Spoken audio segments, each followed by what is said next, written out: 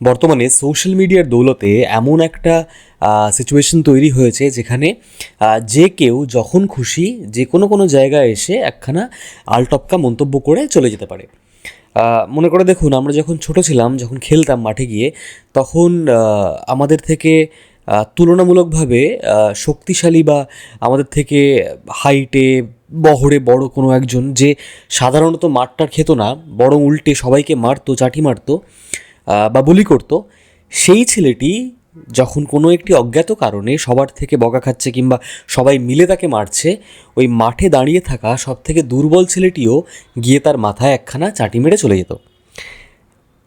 এটা হচ্ছে ওর সুযোগের সদ্ব্যবহার করা, যে সবাই যখন ছেলেটিকে ঘিরে ধরেছে, সবাই যখন ছেলেটিকে মারছে, আমিও কেন সুযোগ ছাড়বো, আমিও গিয়ে একটা চাটি মেরে চলে যাই। আর সেটা সে সারা জীবন মনে রাখতো, কারণ সেও কিছু একটা করেছে বলে সে বিশ্বাস করতো। তো আমাদের বর্তমান সময়েও এই একই অবস্থা। সোশ্যাল মিডিয়াতে কোনো একটা কেউ যদি একটা রব তোলে, তখন সবাই মিলে রে রে করে ওঠে আর কি, ওই একই একই বিষয়ে কথা বলতে চায় আর কি। তেমনই হয়েছে আমাদের ভোগ ওয়েব সিরিজটা নিয়ে, যেটি পরমব্রত চট্টোপাধ্যায় নির্দেশনা করেছেন, অভীক সরকারের লেখা। আমার এই ভিডিওটা ভোগের কোনো রকম রিভিউ নয়, কারণ আমি সাধারণত রিভিউ ভিডিও বানাই না, আমি বানাতে পারি না, সেটা আমার কাজের জায়গা নয়। আমি সম্পূর্ণভাবে এন্টারটেনমেন্টের জন্য আমি ওয়েব সিরিজ কিংবা সিনেমা দেখি। এবার তাদের মধ্যে কিছু কিছু আমার ভালো লাগে, কিছু কিছু আমার ভালো লাগে না। যেগুলো ভালো লাগে সেগুলো বন্ধুদেরকে বলি বা আলোচনা করি বন্ধুদের মাঝে, আর যেগুলো ভালো লাগে না সেগুলো আলোচনা করি, মানে তাতে কোনো দ্বিমত নেই আর কি। কিন্তু বর্তমানে যেটা তৈরি হয়েছে, যে একটা ওয়েব সিরিজ লঞ্চ হয়েছে, সেটা ভালো লাগতে পারে কারোর কাছে, সেটা খারাপ লাগতে পারে কারোর কাছে, সবাই মিলে রে করে উঠেছে এই গোটা বিষয়টাকে কী রকমভাবে ক্রিটিসাইজ করা যায় সেই দিকে আর কি। আমার মনে হয় যে এটা খুব খুব সহজ একটা উপায় যারা কন্টেন্ট ক্রিয়েটার রয়েছে তাদের জন্য। যখন কোনো একটি টপিক ট্রেন্ডিং চলে, সেই ব্যাপারটাকে নিয়ে যদি বলা যায় আর যদি ট্রেন্ডটাকে ফলো করা যায়, তাহলে হয়তো ভিউজ কিংবা লাইকস বাড়বে, হতে পারে। আর দ্যাট ইজ অ্যাবসলিউটলি ফাইন, মানে সেখানে কোনো প্রবলেম নেই। সমস্যাটা যেটা হচ্ছে, যে কোথাও গিয়ে আমার মনে হয়েছে যে একটা একটা গল্প বা একটা শিল্প যখন তৈরি হয়, সেটাকে ক্রিটিসাইজ করা যেরকম দরকার, সেইটার থেকে কিছু টেক অ্যাওয়েজ নেওয়া খুব ইম্পর্ট্যান্ট আর কি। মানে সবটা তো খারাপ হতে পারে না, মানে সবটা যদি খারাপ হয় তাহলে হয়তো আমাদের দর্শনটা ভুল, মানে আমরা হয়তো যে অ্যাঙ্গেলে বিষয়টাকে দেখছি, আমাদের হয়তো ওই অ্যাপ্রোচটা চেঞ্জ করতে হবে।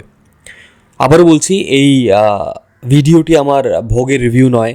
আমার কথা শুনে শুধুমাত্র আপনি ভোগ ওয়েব সিরিজটা দেখার বা না দেখার সিদ্ধান্ত নেবেন না। আপনি পড়ুন, আপনি খবর নিন, আপনার যদি ইচ্ছে করে আপনি দেখবেন, আপনার যদি ইচ্ছে না করে আপনি দেখবেন না। তো বিষয়ে আসা যাক। আমি যখন মানে ভোগ সিরিজটা দেখার পরের কয়েকদিনের কথা বলছি, আমি যখন ইউটিউব দেখছি আর কি, প্রচুর কন্টেন্ট ক্রিয়েটার তারা ভিডিও পোস্ট করেছেন। কোথাও গিয়ে আমার মনে হলো যে গোটা বাংলাদেশে হয়তো প্রত্যেকেই ভোগ গল্পটি, অভীক সরকারের লেখা ভোগ গল্পটি পড়ে ফেলেছেন। তা খুব ভালো, মানে আমাদের সাহিত্য চর্চা যে বাড়ছে, লোকজন যে পড়ছে, সবাই যে পড়ছে, এটা আমার জেনে খুব ভালো লাগলো। আর দ্বিতীয়ত, সানডে সাসপেন্সটা যে সবাই শুনেছেন, ভোগের যে অডিও স্টোরিটা হয়েছিল, সেটাও বুঝলাম। তো সেখানে কোথাও গিয়ে একটা বায়াস তৈরি হয়। এবারে এমনও তো কিছু দর্শক থাকতে পারে যারা লেখাটি পড়েননি। তো আমি হচ্ছে ওই দলটিতে, যে আমি লেখাটা পড়িনি, আমার পড়ার সুযোগ হয়নি, আর আমার সানডে সাসপেন্সের অডিও স্টোরিটিও শোনার সুযোগ হয়নি। আমি ভোগ দেখার একমাত্র ইচ্ছে ছিল, সেটা হচ্ছে যে যখন ভোগের প্রমোশন তৈরি করা হচ্ছিল আর কি, যখন প্রমোশন চলছিল, আমার ভোগের পোস্টারটা খুব ভালো লাগে। আমি ইনফ্যাক্ট আমার একটি বন্ধু রয়েছে, তার সঙ্গে আলোচনা করছিলাম যে এরকম একটা ম্যাচিওর পোস্টার, ওয়েব সিরিজের পোস্টার দীর্ঘদিন পরে দেখলাম। পোস্টারে অনির্বাণ আর পার্ণকে খুব ভালো লেগেছে আমার। ইনফ্যাক্ট আমার মনে হয়েছিল যে পোস্টারটা দেখার পরে মনে হয়েছিল যে হয়তো দামড়ির চরিত্রে পার্নোর থেকে আর ভালো কেউ হতে পারতো না আর কি। মানে আমি কিন্তু পোস্টার অ্যানালিসিস বলছি আমার ওয়েব সিরিজটা দেখার পরে।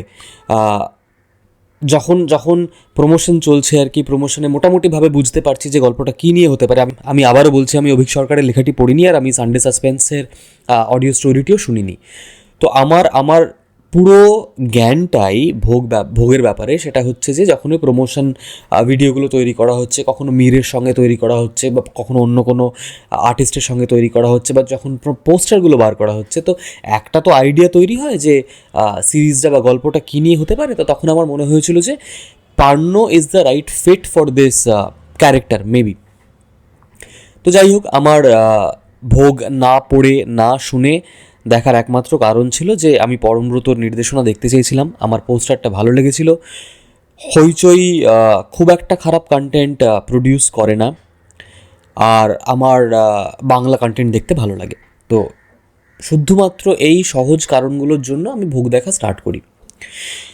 ভোগ দেখলাম, দেখার বিষয়টা পরে বলছি। তারপরে যখন আমি ইউটিউব কন্টেন্ট ক্রিয়েটারদের রিভিউগুলো দেখা শুরু করলাম, প্রধানত এক দলের রিভিউ হচ্ছে ভোগ দেখে আমরা ভয় পাইনি। এবারে বুঝতে হবে যে ভয়টা কী, মানে আমরা কেমন ধরনের ভয় পেতে চাই আর কি। কারণ বয়সের বিভিন্ন সময় তো বিভিন্ন রকমের ভয় হয়। আমরা যখন খুব ছোট থাকি তখন আমরা ভূতের ভয় পাই, তখন আমরা শাকচুন্নির ভয় পাই, তখন আমরা ব্রহ্মদৈত্যের ভয় পাই। আমরা যখন বড় হই তখন আমাদের মধ্যে একটা মনস্তাত্ত্বিক জটিলতা নিয়ে সেটাকে উন্মোচন করার জন্য একটা এক্সাইটমেন্ট তৈরি হয়। তো আপনাকে বুঝতে হবে যে কী ধরনের ভয় আমি পেতে চাইছি। সবসময় কিন্তু ভয় মানে ভূত প্রেত নয়।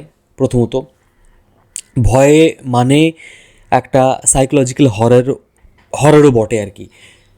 তো সেখান থেকে আমার যদি ভয় পাওয়ার সোর্সটা যদি আমার মনে হয় যে আমি ভয় পেতে চাই এমন কাউকে দেখে যার কুলোর মতন কান রয়েছে বা মূলোর মতন দাঁত রয়েছে, তাহলে আমার মনে হয় আমাদেরকে সেই রকম ধরনের কন্টেন্টই দেখতে হবে, কিংবা ঠাকুরমার ঝুলি পড়তে হবে। বা আমার যদি মনে হয় যে আমি হঠাৎ করে এমন কিছু দেখে ভয় পেতে চাই যে টিভির স্ক্রিনের মাঝখানে একটা মুখ চলে এলো যার 3টে চোখ, তার নাক দিয়ে ঝোল বেরোচ্ছে, কান থেকে আর একটা এক্সট্রা সুর বেরিয়ে আসছে, তার জিভটা অনেক বড়, তাহলে হয়তো আমাকে একটা মাইন্ডলেস হরর দেখতে হবে। এরপরে আমি আরেকজন কন্টেন্ট ক্রিয়েটারের রিভিউ দেখলাম, যিনি আবার উদীয়মান একজন ফিল্ম মেকার। তিনি তার কোনো একটি পডকাস্টে পরমব্রত চট্টোপাধ্যায়কে নিয়ে এসেছিলেন। সেখানে তারা হরর মুভি নিয়ে একটি আলোচনা করেন, একটা আলোচনা চলে আসে আর কি পডকাস্টের ভেতরে। সেখানে পরমব্রতর একটি মত থাকে, আর এই উদীয়মান ফিল্ম মেকারের একটা অন্য মত থাকে, উইচ ইজ ফেয়ার এনাফ, থাকতেই পারে। কিন্তু তিনি যখন বাড়ি ফিরে ভোগ দেখার পরে আরেকটি ভিডিও তৈরি করলেন, সেখানে আমার গিয়ে মনে হলো যে সেই দিন পডকাস্টের পরে তিনি সবার প্রথম বাড়ি গিয়ে পাগলের মতন বইপত্র ঘেটে, ইন্টারনেট ঘেটে হরর নিয়ে প্রচুর পড়াশোনা করে ফেললেন আর কি। নোটস লিখলেন, বইতে আন্ডারলাইন করলেন, বিভিন্ন জায়গা থেকে সাইটেশন দেখলেন। দেখার পরে তিনি যখন ভিডিওটা বানাচ্ছেন, হ্যাঁ, এবার তিনি সেই পড়াশোনাটা কাজে লাগাতে পারতেন পরবর্তীকালে অন্য কোনো কিছু তৈরি করার জন্য, কিন্তু তার এই গোটা পড়াশুনোটা আমার ভিডিওটা দেখে মনে হলো একমাত্র পড়াশুনোটা করার উদ্দেশ্য ছিল পরমব্রত চট্টোপাধ্যায়কে ফেরত দেওয়া, যে সেও কতটা জানে আর সে নোভিস নয় আর কি হরর নিয়ে। তো এটা বড় চাইল্ডিশ, মানে হতেই পারে আবারও আপনার কোনো একটি ওয়েব সিরিজ ভালো নাই লাগতে পারে, আপনি বলতেই পারেন আমরা স্বাধীন দেশে থাকি, এখনও পর্যন্ত আমরা যা খুশি বলতে পারি, বলিও আমরা। কিন্তু সেটাকে যে এরকম একটা ইম্যাচিওর ওয়েতে তুলে ধরা হবে যে গোটা ভিডিওতে বোধহয় অলমোস্ট 50% ভিডিওটা তৈরি করা হয়েছে এটা প্রমাণ করার জন্য যে তিনি হররটা নিয়ে অনেকটা পড়াশোনা করেছেন, তিনি অনেকটা জানেন, আর পরমব্রত কতটা ভুল, একরকমের রিভিউ গেল। আরেকটি রিভিউ দেখলাম আমি, যেখানে থ্রু আউট আর কি যিনি কন্টেন্ট ক্রিয়েটার বসে বিভিন্ন টেকনিক্যাল সাইড নিয়ে আলোচনা করে গেলেন। কখনো তিনি সাউন্ড নিয়ে কথা বললেন, কখনো লাইট নিয়ে কথা বললেন, কখনো তিনি বললেন যে এডিটে কত প্রবলেম রয়েছে। কোথাও কোনো সাধারণ প্রেজেন্টেশন নেই। প্রত্যেকটা কন্টেন্ট ক্রিয়েটার এটাই প্রমাণ করার চেষ্টা করে গেলেন যে তারা কতটা জানেন আর কি, আর যারা বানিয়েছেন আর কি এই গল্পটি বা এই ওয়েব সিরিজটি, তারা কতটা পিছিয়ে পড়েছেন। তো যাই হোক, তারা করলেন। তাই আমার মনে হলো যে হয়তো ওই সোশ্যাল মিডিয়ার যুগ বললাম না, সবাই যখন যেটা করছে সেখানে এসে একটু মাথায় চাটি মেরে চলে যাওয়া যায়। তো আমি অত্যন্ত ক্ষুদ্র, আমার ভিডিও হয়তো অর্ধেক লোকে দেখে না, কেউ জানেও না আমি ভিডিও বানাই। তো আমার মনে হলো যে কয়েকটি খুব খুব সহজ রিয়েল লাইফ এক্সপিরিয়েন্স আমি শেয়ার করতে চাই একজন সাধারণ দর্শক হিসেবে, যার হয়তো ফিল্ম মেকিং বা প্রোডাকশন নিয়ে অত জ্ঞান নেই, যে অভিক সরকারের গল্পটি পড়েনি। এইবারে ভোগ শুরু থেকে আমার খুব একটা খারাপ লাগেনি, কিন্তু অনেস্টলি অনেকে বলেছেন যে দিনের চরিত্রটি কেন কলকাতা শহরে জামার ওপরে সোয়েটার, তার ওপরে কোট পরে অফিস যায়। আমার মনে হয় সেখানে কোনো ভুল নেই। আপনি যদি একটা গোটা সিন কনস্ট্রাকশন দেখেন বা যদি একটা প্রেক্ষাপট তৈরি করার চেষ্টা করেন, সেখানে কস্টিউম ইজ ভেরি ইম্পর্টেন্ট। আর শুধুমাত্র কস্টিউমটা বাদ দিয়ে আপনি যদি ওর কস্টিউমের কালারটাও দেখেন বা শেডসগুলো দেখেন, সেখানেও বুঝতে পারবেন যে একটা ডার্ক অ্যাটমসফিয়ার তৈরি করার চেষ্টা করা হয়েছিল। অনির্বাণ ভট্টাচার্য ভালো অভিনেতা, আনডাউটেডলি। অনির্বাণ ভট্টাচার্য প্রচণ্ড চেষ্টা করেছেন চরিত্রর ভেতরে ঢুকতে, কিন্তু কোথাও গিয়ে আমার মনে হয়েছে যে স্ক্রিন প্লেটা বড্ড দুর্বল ছিল আর কি। মানে গল্প বলাটা, আগেন আমি স্ক্রিন প্লে অত ডিটেলে বলতে পারবো না, তবে আমার মনে হয়েছিল যখন ফ্লোটা চলছে গল্পের, সেই গল্প বলাটার মধ্যে কোথাও একটা যেন একটা খামতি ছিল। মানে আমি যদি গল্পটাকে বসে টিভিতে দেখি এপিসোডের পর এপিসোড, কোথাও গিয়ে মনে হচ্ছিলো জাক হচ্ছে আর কি। মানে এখন একটা মুহূর্তে রয়েছি, পরবর্তীকালে অন্য একটা মুহূর্তে রয়েছি, এই দুটো মুহূর্তের মধ্যে কানেকশন খুব কম। কিন্তু অনির্বাণ ভট্টাচার্য আপ্রাণ চেষ্টা করেছেন আর কি চরিত্রটাকে নিয়ে এগোতে। প্রত্যেকটা গল্পের তো কিছু মূল চরিত্র থাকে, তারা দর্শকের সঙ্গে একটা কানেকশন এস্টাবলিশ করার চেষ্টা করে। এখানে আমার মনে হয়েছে যে সেটা হয়তো হয়নি, বা হলেও সেই ব্যাপারটা খুব দুর্বল। কারণটা হচ্ছে গল্পের মধ্যে এতগুলো ওপেন পয়েন্ট রয়েছে, প্রত্যেক কটা পয়েন্টকে কানেক্ট করতে গিয়ে কোথাও কি চরিত্রটার সঙ্গে হয়তো দর্শকের একটা কানেকশন এস্টাবলিশ হয়নি। কিছু ফ্যাকচুয়াল ফলিজ লেগেছে আমার, যেরকম অনির্বাণ একজন সেলসে কাজ করেন, একজন প্রফেশনাল, তিনি অ্যাওয়ার্ড পাচ্ছেন, তিনি ওই জোনের মধ্যে সব থেকে বেশি সেলস ফিগার নিয়ে এসেছেন। কিন্তু কোথাও গিয়ে আমি যখন তার কস্টিউমটা ভালো লাগলো, তার মেকআপটা আমার ভালো লাগলো না। কারণ যারা কাজ করেন সেলসে, স্পেসিফিক্যালি সেলসে, তারা জানেন যে দাড়ি রাখা বা একটা overall presentation is very important.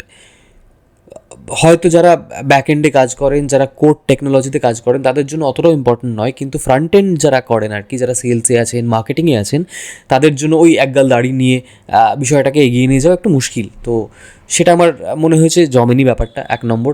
2 নম্বর হচ্ছে অনির্বাণের ইমোশনাল স্টেটটা যখন চেঞ্জ করছে একটা জায়গা থেকে অন্য জায়গায়, বা একটা ফেজ থেকে অন্য একটা ফেজ, যখন সে একটা সাইকোলজিক্যাল কমপ্লেক্সিটির মধ্যে দিয়ে যাচ্ছে, সেইখান থেকে সে যখন হঠাৎ করে ঠিক হয়ে গেল, তো সেইটা কোথাও গিয়ে আমার একটু নিতে অসুবিধা হয়েছে দর্শক হিসেবে। কারণ তার আগেই আমি দেখলাম যে অনির্বাণ একটা খুব অন্ধকার একটা মানসিক পরিস্থিতির মধ্যে দিয়ে আছে।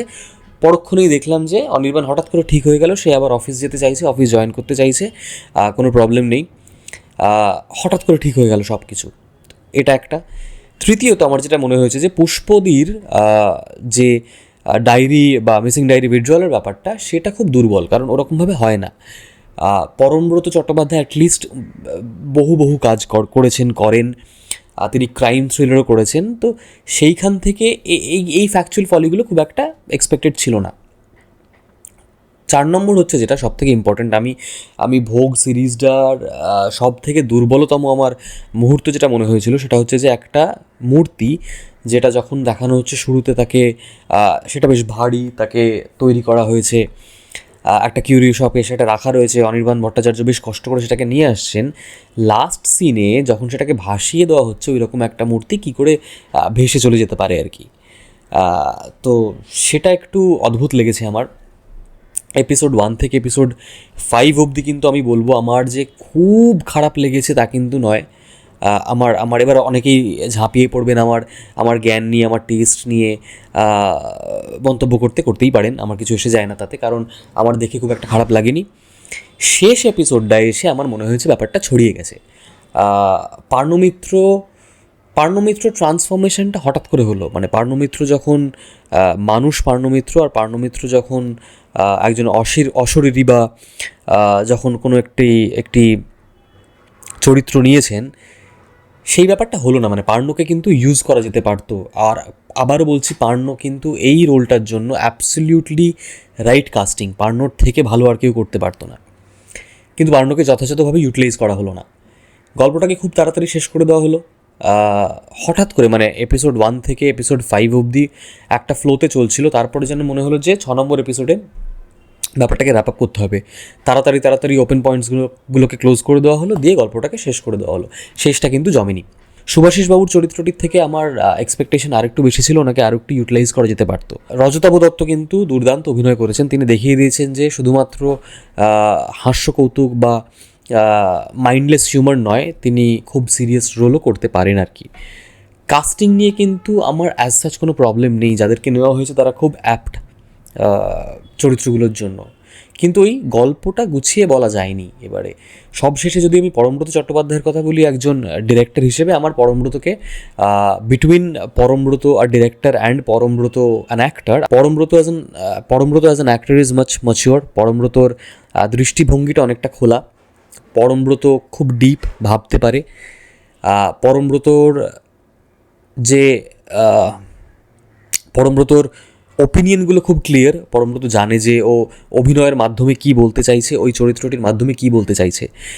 নির্দেশক পরমব্রতকে আমার মনে হয়েছে যে আরেকটু বোধহয় পড়াশুনো করতে হবে, কারণ এমন নয় যে তিনি খারাপ কাজ করেন। আমি কদিন আগে পরমব্রত চট্টোপাধ্যায়ের নির্দেশনায় দেখলাম আর কি এই রাত তোমার আমার, খুব ভালো লাগেনি আবার খুব খারাপও লাগেনি। আমার মনে হয়েছে একমাত্র অঞ্জন দত্ত গোটা সিনেমাটাতে অ্যাক্টিং করেছেন বা অভিনয় করেছেন। ডিরেক্টোরিয়াল দিক থেকে আমার কিন্তু খুব একটা এক্সেপশনাল কিছু লাগেনি। তো আমার মনে হয়েছে যে ভোগ ওয়েব সিরিজটাতেও আরও ভালো কিছু করা যেতে পারতো in terms of direction, in terms of story telling. কিন্তু তার মানে এই নয় যে একটা সিরিজ তৈরি যেটা করা হয়েছে, একটা প্রোডাকশন যেটা দাঁড় করানো হয়েছে, সেটাকে সবাই মিলে রে করে তেরে তাকে ডাস্টবিনে ফেলে দেওয়া হবে। আমার ভোগকে ডাস্টবিনে ফেলে দেওয়ার মতনও মনে হয়নি, আবার ভোগকে আমার মনে হয়নি যে সিংহাসনে তুলে রেখে দেবো। So it will just be another series which I had watched, সেটা হয়তো আমার মনে থাকবে না। অপেক্ষা করবো আরও ভালো কিছু প্রোডাকশনের জন্য, কারণ আমাদের যে বড় বড় ইউটিউবাররা, কন্টেন্ট ক্রিয়েটাররা কনস্ট্যান্টলি বলতে থাকেন যে আমরা বাংলা ইন্ডাস্ট্রিকে কেন সাপোর্ট করছি না। It is one of the ways যে বাংলা ইন্ডাস্ট্রিকে সাপোর্ট করা যায়, শুধুমাত্র ব্লাইন্ডলি ক্রিটিসাইজ না করে ইন্ট্রোস্পেক্ট করা যেতে পারে যে কোন কোন জায়গায় কী ভালো করা যেতে পারতো। তাহলেই বোধহয় আমার মনে হবে যে অ্যাজ অ্যান ইন্ডাস্ট্রি সবাই মিলে আমরা গ্রো করতে পারবো, বড় হতে পারবো। শুধুমাত্র একটা জিনিস ট্রেন্ডিং বলে সেই একই নদীতে হাত ধুয়ে নেওয়ার কোনো মানে হয় না আর কি। তাতে হয়তো কটা ভিউজ বাড়বে, কিন্তু ওভারঅল মার্কেট কিংবা ওভারঅল ইন্ডাস্ট্রি কিন্তু কোনো রকম সুবিধা হবে না। তো এই হচ্ছে আমার বক্তব্য। আবারও বললাম, আমার এই ভিডিওটিকে কোনো রকম রিভিউ বা ওই অ্যাঙ্গেলে দেখবেন না, কারণ এটা শুধুমাত্র আমার ব্যক্তিগত একটি মতামত শেয়ার করলাম। আমার কথা শুনে ভোগ দেখবেন কি দেখবেন না সেটা ডিসাইড করবেন না, কারণ আমার এই ধরনের অ্যানালিসিসে আমার জ্ঞান খুব সীমিত, আমি কোনো দিন করিনি, ফার্স্ট টাইম। কিন্তু যদি ডিসাইড করেন যে ভোগ দেখবেন, তাহলে ইউটিউবের রিভিউগুলো দেখার আগে দেখুন, কারণ এই রিভিউ কন্টেন্টগুলো দেখে নিলে আপনার মতটা অটোমেটিক্যালি বায়াসড হয়ে যাবে, আপনি খোলা মনে দেখতে পারবেন না। বাস দেখুন, দেখে যদি মনে হয় যে ভালো, তাহলে যারা তৈরি করেছে তাদেরকে উদ্বুদ্ধ করুন, আর যারা যদি মনে হয় যে না ভালো নয়, খারাপ, ক্রিটিসাইজ করুন। We live in a free world, আমরা যা খুশি বলতে পারি, যা খুশি করতে পারি।